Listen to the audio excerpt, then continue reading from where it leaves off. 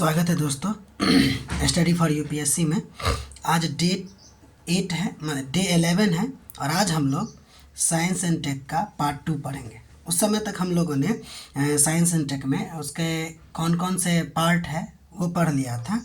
तो आज हम लोग कृषि में जैव प्रौद्योगिकी का अनुप्रयोग पढ़ेंगे। तो पहले हम ये देख लेते हैं कि अगर कृषि में जैव प्रौद्योगिकी का प्रयोग करेंगे ना तो इससे क्या फ़ायदा होने वाला है। तो देखिए, पहला फ़ायदा ये है कि इससे उपज में वृद्धि होगी, यानी यील्डिंग पावर बढ़ेगा।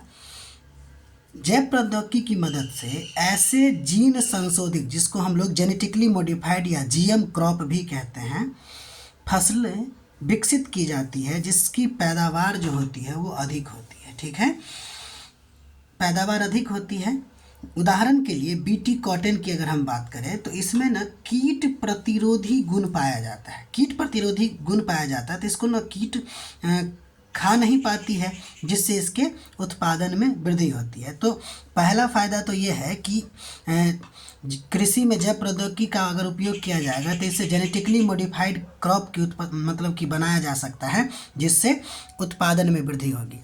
वही अगर हम दूसरा बात करें तो कीट और रोग प्रतिरोधी क्षमता में भी वृद्धि हो सकती है। जैसे फसलों में ऐसे जीन डाले जाते हैं जो उन्हें कीटों, वायरस, फफूंद आदि से बचाते हैं। ठीक है, इससे होता ये है कि कीटनाशकों का जो उपयोग होता है ये कम होता है।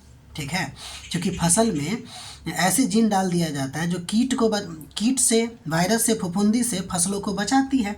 तो अब मान लीजिए कीटनाशक जिस लिए हम दिए जाते थे अब तो वो देना नहीं पड़ेगा। उससे होगा ये कि ये तो पर्यावरण के लिए तो अच्छा होगा ही, साथ ही साथ किसानों के लिए भी अच्छा होगा। किसानों के लिए क्यों अच्छा होगा? क्योंकि इससे किसानों की जो आय, जो खर्चा होती थी आपको कीटनाशकों पे, वो बच जाएगा। इससे किसानों की इनकम बढ़ सकती है। इसके अलावा पर्यावरण संरक्षण भी होगा। क्यों? क्योंकि रासायनिक खाद और कीटनाशकों की ज़रूरत घटने से मिट्टी, जल और वायु प्रदूषण भी कम होगा। ठीक है, तो कृषि में जैव प्रौद्योगिकी का ये सब फायदा है। और भी देखिए क्या फ़ायदा होगा। मिट्टी अगर सूखा रहे, लवणीय रहे, उसमें भी उत्पादन किया जा सकता है। जैव प्रौद्योगिकी में ऐसे फसलें विकसित की जा रही हैं जो कम पानी और खारे पानी वाली भूमि में भी उगाई जा सकती है। ठीक है, यानी कि फसलों में जैव प्रौद्योगिकी की मदद से या जेनेटिक इंजीनियरिंग की मदद से ऐसे ऐसे गुण उसमें डेवलप किए जा रहे हैं जो कम पानी में भी हो सकता है और खारे पानी में भी हो सकता है। ठीक है, लवणीय मिट्टी में भी हो सकता है, सूखा मिट्टी में भी हो सकता है। तो ये इसका एक फ़ायदा है। इसके अलावा पोषण मूल्य में सुधार। ठीक है, जैसे देखिए गोल्डन राइस में विटामिन ए को बढ़ाया गया, जिससे कुपोषण की समस्या जो है आपको कम हो सकती है। भारत में लोगों का जब फूड पैटर्न देखा गया तो उसमें ज़्यादातर देखा गया कि वो लोग चावल बहुत ज़्यादा खाते हैं। तो चावल बहुत ज़्यादा खाते हैं तो चावल में कार्बोहाइड्रेट है। तो कोशिश किया गया कि ऐसा काम किया जाता है कि उसमें विटामिन ए की मात्रा जो है वो दे दिया जाए, जिससे कुपोषण में सुधार हो सके। इसलिए गोल्डन राइस में विटामिन ए है, जिससे क्या हो रहा है कि कुपोषण की समस्या का सुधार हो रहा है। या फिर गोल्डन राइस की अगर हम बात करें तो इसका तो प्रोडक्शन आपको, यानी कि इसका जो निर्माण किया गया तो मैक्सिको में किया गया था। उसके बारे में हम लोग बाद में चर्चा करेंगे। फिलहाल देख लीजिए कि इससे पोषण मूल्य में सुधार होगी। ठीक है, क्योंकि इसमें विटामिन ए डाल दिया गया। और भी बहुत सारे क्रॉप हो सकते हैं जिससे कुपोषण की समस्या को कम किया जा सकता है। ठीक है, अब आगे बढ़ते हैं और कुछ फ़ायदा देख लेते हैं। तो देखिए जैविक मतलब कि अगर हम बात करें कृषि में अगर हम बात करें जैव प्रौद्योगिकी का, तो एक ये सब के अलावा फसलों की गुणवत्ता में सुधार होगी। यानी कि आप देखे होंगे कि फसल जो है उसका जो सेल्फ लाइफ होता है, यानी कि फसल 2 से 4 दिन में ख़राब हो जाती है, तो आप उसको 10 से 12 दिन, 15 दिन भी सर्वाइव हो सकता है फसल। ठीक है, कृषि लागत में कमी होगी। ऐसा क्यों? क्योंकि पेस्टिसाइड सबको जो है खर्चा में कमी आती है, इससे कृषि लागत में भी कमी आएगी। और साथ ही साथ नए किस्मों का विकास भी किया जा सकता है। तो ये सब आपको कृषि में बायोटेक्नोलॉजी के प्रयोग का फ़ायदा है। अच्छा, बायोटेक्नोलॉजी के अनुप्रयोग से रिलेटेड कुछ और बातें हैं, जैसे देखिए जैविक कृषि, जीएम फसल और बायोफोर्टिफिकेशन, ये सब अनुप्रयोग जो है जिससे पूछा जा सकता है क्वेश्चन। ठीक है, कि अनुप्रयोग कहाँ कहाँ होता है, तो जैविक कृषि में होगा, जीएम क्रॉप के प्रोडक्शन में होगा, बायोफोर्टिफिकेशन में होगा और भी बहुत सारा चीज़ सब। ठीक है, तो इसमें आज ये सब टॉपिक पढ़ेंगे, जिसमें से पहला टॉपिक आज हम लोग पढ़ने जा रहे हैं जैविक कृषि। ठीक है, यानी ऑर्गेनिक फार्मिंग या ऑर्गेनिक एग्रीकल्चर। देखते हैं क्या होता है। देखिए, अगर पूछा जाए कि जैविक कृषि क्या होता है, तो हम कहेंगे खेत की वह प्रणाली जिसमें रासायनिक उर्वरकों, कीटनाशकों या हानिकारक रसायनों का प्रयोग नहीं किया जाता है। इसके बदले प्राकृतिक संसाधनों जैसे गोबर की खाद, कंपोस्ट, हरी खाद यानी कि ग्रीन मैन्योर, जैव उर्वरक यानी कि बायो फर्टिलाइजर और फसल चक्र यानी कि क्रॉप रोटेशन इत्यादि का उपयोग किया जाता है, और जिससे कि मिट्टी की उर्वरता और पर्यावरण संतुलन बना रहे। तो जैविक कृषि क्या है, तो कीटनाशकों और रसायनों के बदले आप लोग जैविक खाद का उपयोग करेंगे, जैसे कि गाय के गोबर, हरी खाद, जैव उर्वरक इत्यादि, कंपोस्ट इत्यादि का उपयोग करना ही जैविक कृषि कहलाता है।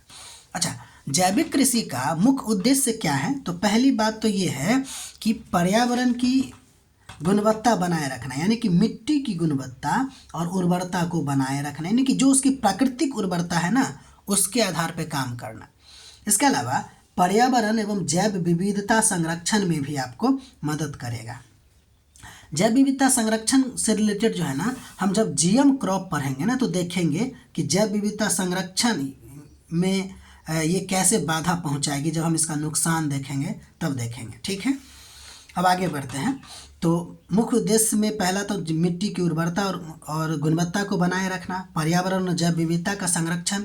इसके अलावा स्वास्थ्य एवं रसायन मुक्त भोजन हम लोग को मिल सकेगा जैविक कृषि से।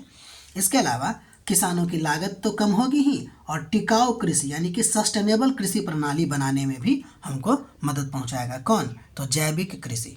ठीक है, अब आगे बढ़ते हैं। जैविक कृषि में क्या क्या यूज करते हैं, उसको कहेंगे प्रमुख घटक।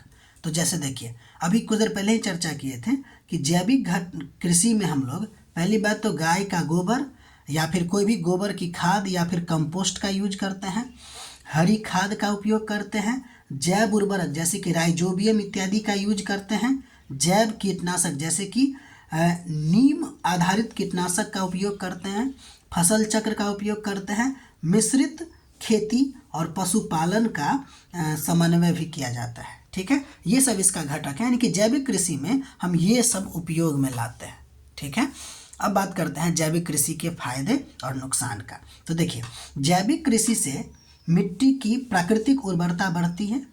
ठीक, जैविक कृषि से रसायन मुक्त यानी कि स्वास्थ्यकर भोजन हमको मिल पाता है।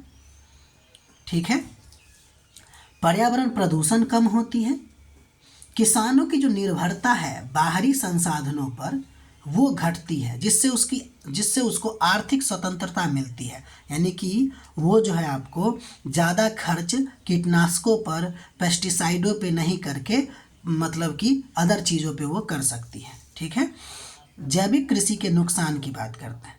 तो नुकसान ये है कि शुरुआती वर्षों में उत्पादन जो है आपको कम हो जाता है।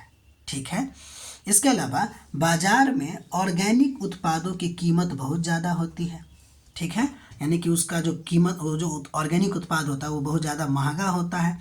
इसका एक और नुकसान ये भी है कि लंबे समय तक ना उस उत्पाद को संरक्षित करके नहीं रख सकते हैं, क्योंकि यह रसायन मुक्त होता है। ठीक, तो ये हम देखें जैविक कृषि क्या है, जैविक कृषि का उद्देश्य क्या था, जैविक कृषि का घटक क्या क्या है, जैविक कृषि के फायदे और जैविक कृषि के नुकसान। तो जैविक कृषि की अगर बात करें, निष्कर्ष के तौर पर भी लिख सकते हैं कि जैविक कृषि भारत के लिए पर्यावरण संरक्षण, स्वास्थ्य सुरक्षा और ग्रामीण स्थिरता की दिशा में एक महत्वपूर्ण कदम है। ठीक, यदि इसे प्रशिक्षण, क्योंकि लोगों में जागरूकता की भी कमी है इसको लेकर, अनुसंधान यानी रिसर्च को लेकर और बाजार से समर्थन अगर मिल जाए तो यह भविष्य की सस्टेनेबल एग्रीकल्चर यानी कि सतत कृषि का आधार बन सकता है। ठीक है, तो आज इतना ही था। कल हम लोग इसमें जीएम क्रॉप के बारे में पढ़ेंगे। ठीक है, फिर उसके बाद बायो फर्टिलाइज़र और भी आगे चीज़ें सब आती जाएगी। ठीक है, तब तक के लिए आप लोग अपना ध्यान रखिए, चैनल को सब्सक्राइब भी कीजिए और ये इसका नोट भी बनाते चलिए। और अब तो मतलब कि 11-12 दिन होने जा रहा है, तो रिवीजन भी करते रहिएगा। ठीक है, तब तक के लिए अपना ख्याल रखिए।